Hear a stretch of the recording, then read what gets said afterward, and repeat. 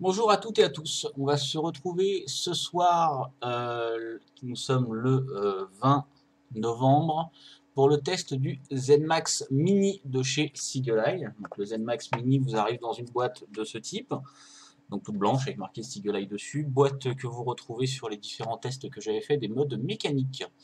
Donc une boîte toute simple en fait qui contient juste le mode. Le mode ZenMax Mini a des propriétés très intéressantes que je vais vous expliquer.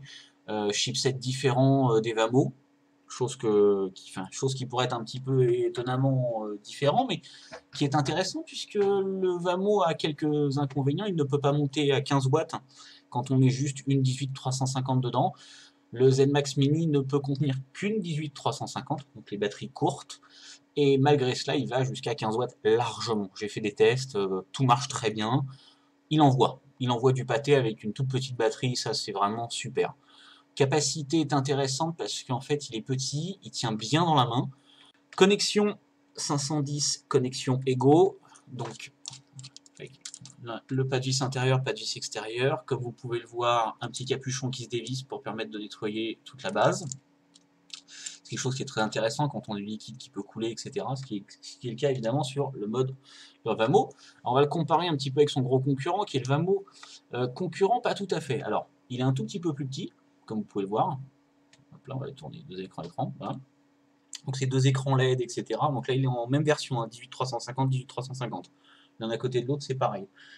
Donc il est plus court que le Vamo et il a quand même un intérêt, je trouve, très intéressant, c'est que, donc, comme je vous le disais, il ne disposant que d'une seule batterie, et vous ne pourrez mettre qu'une seule batterie dedans, en 18350, il va à 15 watts, ce qui n'était pas le cas du Vamo. Le chipset du Vamo, pour aller à 15 watts, nécessitait tout simplement deux batteries 18350 l'empilées l'une à l'autre, pour faire du 7 volts 2, quelque chose comme ça, et donc avoir plus de puissance. Même avec une de 18650, donc les grosses, les longues, il n'arrivait pas à 15 watts. La puissance s'effondrait de 12 à 15 watts, etc. Donc pour aller vraiment loin, il fallait deux 18350. Là, avec une 18350, vous allez à 15 watts. Par contre, vous allez à 15 watts, mais avec une 18350, 15 watts, vous allez vaper moins longtemps. Allez, on va dire 250 puffs, normalement. Donc, il faut peser le pour et le contre. L'intérêt de ce mode, enfin en tout cas pour moi, c'est révélé sur des atomiseurs comme le Nautilus, pour la simple et bonne raison, c'est que le Nautilus, quand je le monte, j'ai une résistance qui fait 1 ohm 8, 1 ohm 9. En 1 ohm 8, 1 ohm 9, j'ai pas besoin d'aller taper des puissances de folie, même pas du tout d'ailleurs. Je suis à 8 watts 5, à 8 watts 5, ça fonctionne magnifiquement bien.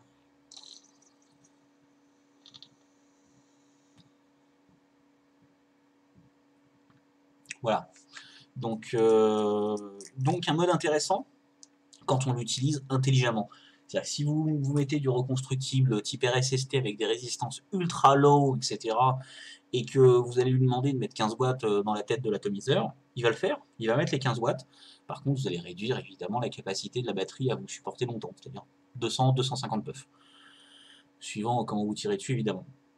Donc là, je l'ai remonté avec le RSST. Je trouve que c'est un setup qui est particulièrement réussi puisqu'il est, il est bien dans l'alignement. Full stainless, j'adore ce revêtement, moi qui prend pas les traces de doigts, etc. Ça c'est vraiment super. Le petit bouton transparent, j'aime bien. Ça bouge un petit peu, mais ça ne pose absolument aucun problème. Ça marche bien. Quand on appuie, ça fonctionne. Que dire de plus? On va passer en gros plan. Je vais vous le montrer un petit peu en détail.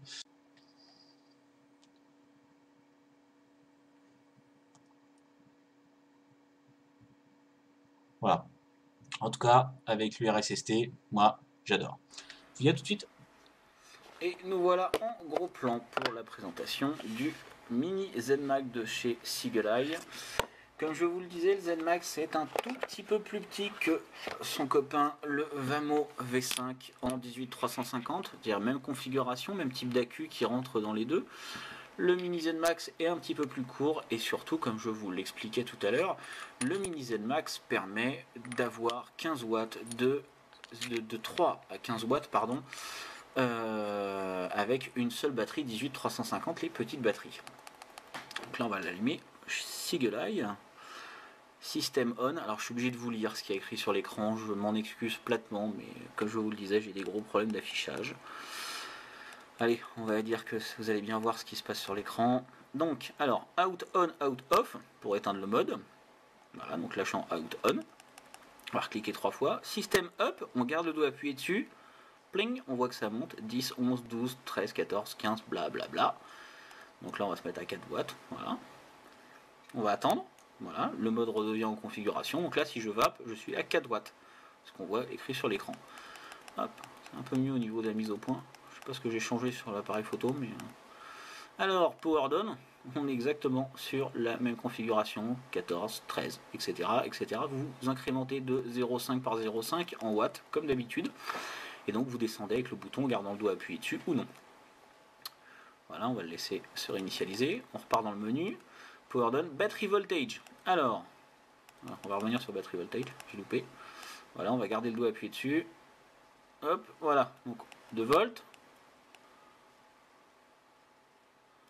Et donc là, en fait, on a la puissance restant dans la batterie, c'est-à-dire 3 volts 8. Voilà. LCD display. Alors, le LCD display vous permet de mettre la résistance, le voltage ou la batterie. Moi j'aime bien en fait le voltage. Alors voltage, c'est que ce soit voltage ou wattage, ça affichera en fait le wattage ou le voltage. C'est la même idée, hein, c'est le même esprit. La batterie, ça vous dit qu'il vous reste 3 volts 8, 3 volts 7, etc. etc. Et la résistance, la résistance de votre atomiseur. Personnellement, je trouve que la donnée la plus importante, c'est la puissance envoyée. Après, c'est à vous de voir suivant ce que vous estimez le plus important. On continue. Hop. LCD on-off. Tout simplement, si vous désirez que l'écran s'arrête quand vous vapez. Moi, je suis un fervent partisan de voir et d'avoir un maximum d'informations, donc je le laisse. Power voltage, donc ce qui vous permet de basculer de voltage en volt. Alors, voltage, c'est les volts. Power, c'est les watts. Moi, j'utilise les watts par défaut, c'est une habitude. Je ne saurais pas vous dire pourquoi, mais je préfère les watts. Et nous avons RMS, donc qui est cette fonction qui est discutable sur les modes type Vamo ancien, qui était une fonction en fait qui permettait d'avoir tout simplement une variation électrique plate ou ondulée, etc. Donc quelque chose sur un pourcentage délivré. Enfin bon, c'est un calcul un petit peu hype. Je vous invite à aller sur les forums pour vous faire une idée de ce qui est le mieux ou de ce qui vous conviendra le mieux. En tout cas, pour ma part, j'ai préféré vraiment enlever ce mode-là. Et je crois que j'avais fait le tour d'ailleurs avant de le reficer. Donc on était à 7 et 8. Voilà. Et donc on tourne en rond sur le menu, évidemment, si vous appuyez. Voilà. Donc en soi, le mono-bouton, moi je suis pas contre. Moi j'aime bien, je trouve ça sympa. On va finir par les trous de ventilation, qui sont au nombre de 5. Je pense que c'est plutôt très correct. Je vais le redévisser pour vous montrer. Hop, voilà, le pas de vis 510 et le pas de vis égaux. Donc on retrouve sur ce modèle. Hop là, voilà, pas de vis 510 au centre, égaux autour. Ce qui est très pratique, c'est ce dégagement pour vous permettre de nettoyer en fait tout simplement les éventuels liquides qui pourraient couler. Et écoutez, moi je vais vous retrouver en plan large pour la conclusion finale. Donc nous revoilà. Le gros plan c'est terminé. Le Mini ZenMax, bon, comme je vous l'ai montré tout de suite, 5 trous des vents, etc. C'est un produit qui est bien fini, que j'aime bien. Voilà, produit que je trouve très intéressant, très beau, très bien fini.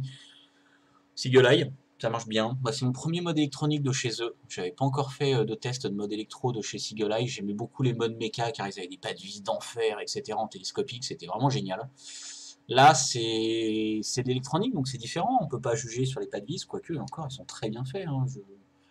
Moi, j'en suis très satisfait. Mais vraiment, l'électronique, le chipset à l'intérieur fonctionne très bien. Ça, je ne le répéterai jamais assez. J'en suis très content. Je trouve que ça marche très bien. Ça a la capacité de vous emmener tel que le fabricant vous le promet. Ça, c'est quelque chose que j'aime beaucoup.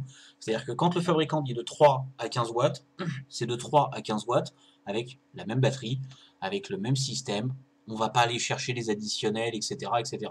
Le Vamo, vous voulez l'utiliser de 3 à 15 watts, vous mettez deux batteries 18-350 dedans.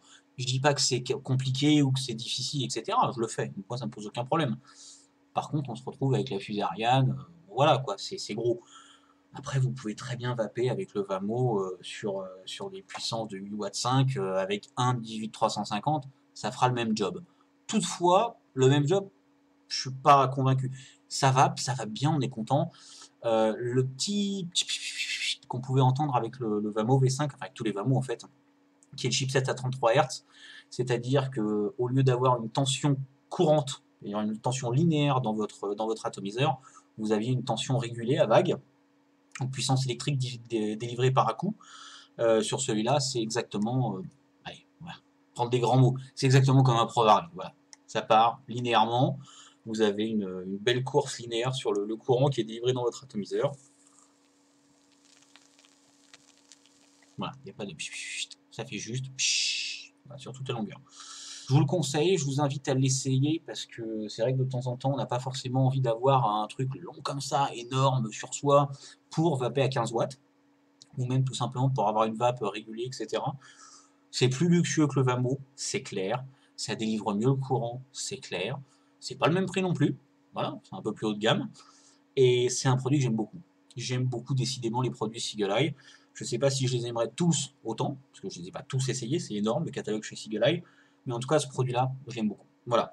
On va se retrouver dans une future vidéo pour le Cobra. Attention, tada, atomiseur, comment dire, que j'aimais bien, mais que je recommandais pour les débutants, etc. Et qui avait quelques gros défauts. Alors, c'est pas compliqué, on verra ça dans la vidéo, mais en tout cas, là, ils l'ont réédité et il y a de l'idée. Il y a des choses intéressantes là-dedans. Voilà. Écoutez, je vous remercie pour nous suivre, je vous remercie toujours pour vos petits commentaires qui sont sympathiques, vos évaluations sur le site, ça nous fait vraiment avancer. Amadou posté une vidéo pour vous dire que nous allions tester l'AGA T3, donc l'AGA avec le mesh central et tout. Je l'ai même pas eu encore entre les mains, je sais pas ce que ça donne. Tout ce que je peux vous dire, c'est que ça a l'air d'être bien rigolo. Donc on va voir si c'est rigolo ou si c'est très bien, je sais pas. Visiblement, ça marche du feu de Dieu, j'en entends du bien partout.